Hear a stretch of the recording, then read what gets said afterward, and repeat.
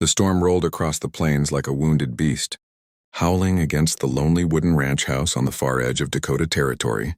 Inside, the wind's rage softened to the faint rattle of windows, the pop of the hearth fire, and the uneven breathing of an infant sleeping in a woven cradle near the stone fireplace. The man who stood there, Eli Morgan, hadn't smiled in months. Not since his wife Clara passed giving birth to that baby. He'd buried her out by the cottonwood tree, and since then, silence had been his only companion. The cattle had thinned, the fields grew wild, and the baby's cries haunted every corner of the house. That evening, Eli stood staring at the tiny bundle in the cradle. He didn't know what to do anymore. The milk cow had dried up, and he hadn't slept in 2 days. He was a man built for hard labor, not for tender things. When the baby cried again, sharp, hungry, pitiful, it cut through his heart like a blade. He took a deep breath and muttered, "Lord, help me. I can't do this alone." Then came the knock. It was faint, uncertain, almost drowned by the storm. Eli's hand went to the revolver on his belt as he crossed the room. When he opened the door, the wind whipped in with cold rain, and a shadowed figure stood there, broad, short, wrapped in a soaked shawl. "Please, sir," a trembling voice said. "I heard you needed help. The town said you lost your wife." Eli squinted. The woman before him looked no more than 25, her cheeks flushed with cold, her figure heavy under wet clothes, and her hands clutched around a small satchel. "I'm looking for work," she said, eyes downcast. "I can cook. I can clean. No one else will hire me." Her tone carried shame, not weakness, like someone who had grown used to rejection. Eli frowned. "What's your name?" "Martha, sir." "Martha Bell. Used to work at the boarding house in town till the owner passed." She hesitated, then added in a low whisper, "I heard about your baby. I've lost children before. I know how to nurse a little one." Eli's jaw tightened. The fire behind him flickered, painting the room in gold. He looked at her, at the water dripping from her hair, at the tremble of her lips, and felt something he hadn't in months. Hope. "You're soaked through," he said finally. "Get in before you freeze." She stepped inside, glancing nervously at the cradle. The baby had started to fuss again, tiny cries echoing off the wooden walls. Martha dropped her bag, knelt beside the cradle, and with a gentleness Eli hadn't seen since his wife's passing, she lifted the baby into her arms. The crying eased almost at once. She hummed softly, rocking in rhythm with the fire's crackle. "You got a name for her?" Martha asked. "Lydia," Eli replied quietly. "That's a fine name." Martha smiled, though her eyes glistened with old sorrow. She pressed the baby close and whispered something too soft for Eli to hear. He poured her a mug of coffee and handed it to her. "You said you're a cook." "Yes, sir. That and more if you'll have me. No one wants a fat girl out here, but I can work hard and—" She paused, glancing at the infant, her voice trembling. "I can nurse the baby. My own little one didn't make it last winter. I still got milk." Eli froze. The words hit him like a shock. He looked from Martha to the baby, then to the empty cradle. "I don't know what to say," he murmured. "Say yes," she said softly. "Let me stay till the child don't need me anymore." The wind howled again outside, but inside, it was only the quiet sound of the baby's breathing against her chest. Eli took a long breath. "I can't pay much. Room, meals, maybe a few dollars when the spring herd comes. That's enough, sir." She looked up at him, really looked at him, maybe for the first time. "I ain't asking for more than a roof and a reason." That night, for the first time since Clara's death, the baby slept peacefully. Martha stayed by the hearth with the child in her arms, humming an old lullaby from somewhere deep in her past. Eli sat opposite, silent, watching the flames dance. The storm raged outside, but in that small wooden cabin, warmth began to creep back into both their hearts. As the night deepened, Eli noticed something strange. Martha, though weary, carried herself with quiet strength. Her eyes told of pain endured, but also of endurance itself, the kind born from a hard life that hadn't broken her. He realized she wasn't just a cook or a nursemaid. She was someone who had known love, loss, and the courage to keep going. When the fire burned low, he stood, set his hat on the table, and spoke softly. "You can stay." She looked up, startled. "Sir, you heard me. You can stay here. For the baby.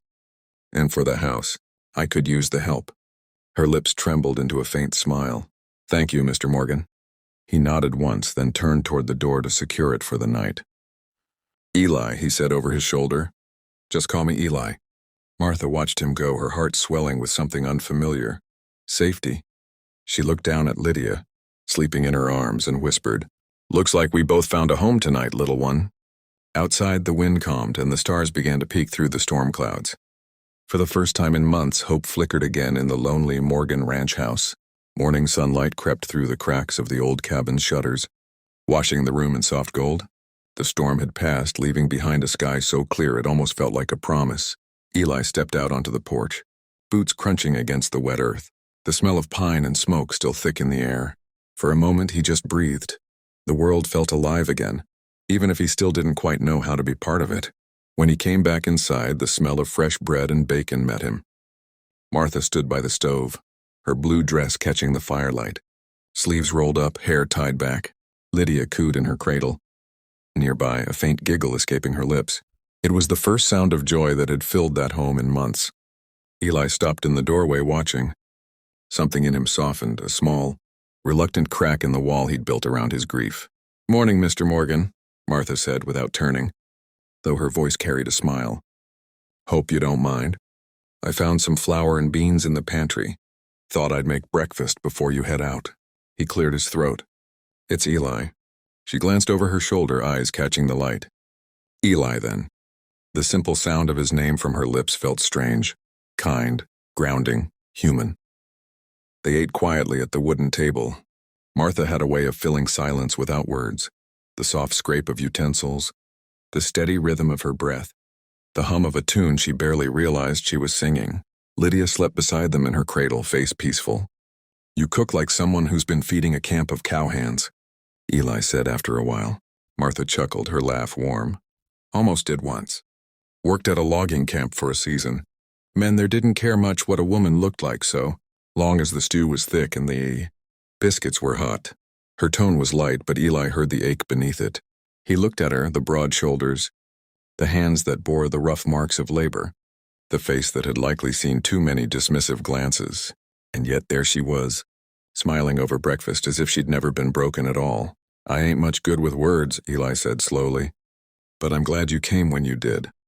Martha met his eyes. Sometimes God sends us where we don't expect to be. The day passed with the quiet rhythm of work. Eli repaired the fence line, and Martha cleaned the hearth, singing softly to Lydia. By evening, the cabin looked more like a home than it had in months. She'd even found Clara's old quilt and spread it over the bed, though she handled it like something sacred. When Eli came in from the field, dust on his boots and sweat on his brow, he found Martha by the fireplace again, the baby in her arms, the glow of the fire wrapping around them both like a painting. He hesitated. "You don't have to do all this, you know. The cooking, the cleaning. I didn't bring you here to—" She interrupted gently. "To work? Eli, working's all I know. It keeps me from remembering the things I've lost." He fell silent. She looked down at Lydia. "And holding her, it makes me feel alive again." Eli's chest tightened. He sat across from her, hands resting on his knees. The silence between them wasn't heavy anymore, and it was soft, like the hush before a song. After a while, he said quietly, "You said no one wanted you. Who told you that?" Her eyes flickered toward him, then away. "Everyone. My whole life. Folks been telling me I ain't the sort of woman a man looks twice at. Too wide, too plain, too much of everything except what they wanted." She smiled faintly, though there was no humor in it. "But I learned to make myself useful. People keep you around when you can feed them." Eli's jaw tightened. "Then they were fools." Martha blinked. "Sir?" He leaned forward slightly. "You hear me. Fools. A woman who works, who loves a child that ain't hers, who keeps a house warm through the worst of storms. If a man can't see the worth in that, then he don't deserve her company." For a heartbeat, neither spoke. Then Martha's eyes shimmered and she turned away, pretending to adjust the baby's blanket. "You're kind, Eli," she whispered. "I ain't kind," he muttered. "Just tired of pretending good women go unnoticed." That night, when Martha rose to settle Lydia in her cradle, Eli noticed the way her shadow stretched across the floor, strong, solid, real. He thought of Clara, her laughter, her gentle hands, and then he looked at Martha and realized something he hadn't expected. Grief had made space in his heart, but Martha's presence was beginning to fill it with something new. He stood and helped her drape a blanket over the sleeping baby. You can take the bed, he said. I'll sleep by the fire. She shook her head. I've slept on floors most of my life. The chair'll do, he frowned. Not under my roof. Martha's lips curved in the smallest smile. Then we'll share the warmth of the fire. Fair trade? Eli looked at her for a long moment, then nodded. They sat side by side, both watching the flames. The firelight danced over her face, softening the edges of her sorrow. After a while, she spoke, her voice barely a whisper. You think? Maybe some souls are sent to mend what others can't. Eli looked into the fire. Maybe that's what you're doing here. The room fell quiet again, but the silence was no longer empty. It carried meaning, and the kind that only comes when two lonely hearts find themselves standing at the edge of something new. When morning came, Martha woke to the smell of coffee and found Eli already up, the baby resting in his arms, content. He looked up at her with a shy half-smile. She likes the sound of your singing, he said. Stopped crying the minute you started last night. Martha chuckled, rubbing the sleep from her eyes. Guess she's got good taste. Eli looked at the baby, then back at Martha. I meant what I said. About you staying. Her breath caught, even after she's weaned. He hesitated, then nodded, especially after. Tears welled in her eyes, not from sadness, but from the simple weight of being wanted. Then I'll stay, she whispered. Eli stepped closer, his rough hand brushing hers just briefly. A touch so light, yet filled with promise. Good, he said softly. 'Cause this house finally feels like home again. As the morning light poured through the window, Martha smiled. A real, unguarded smile. And for the first time in years, she felt seen. The ranch outside still waited, the work ahead still endless. But in that moment, none of it mattered. Because sometimes love doesn't arrive like thunder. Sometimes it creeps in gently like dawn after a long storm. And in that quiet cabin, beneath the whisper of the prairie wind, two broken hearts began to heal.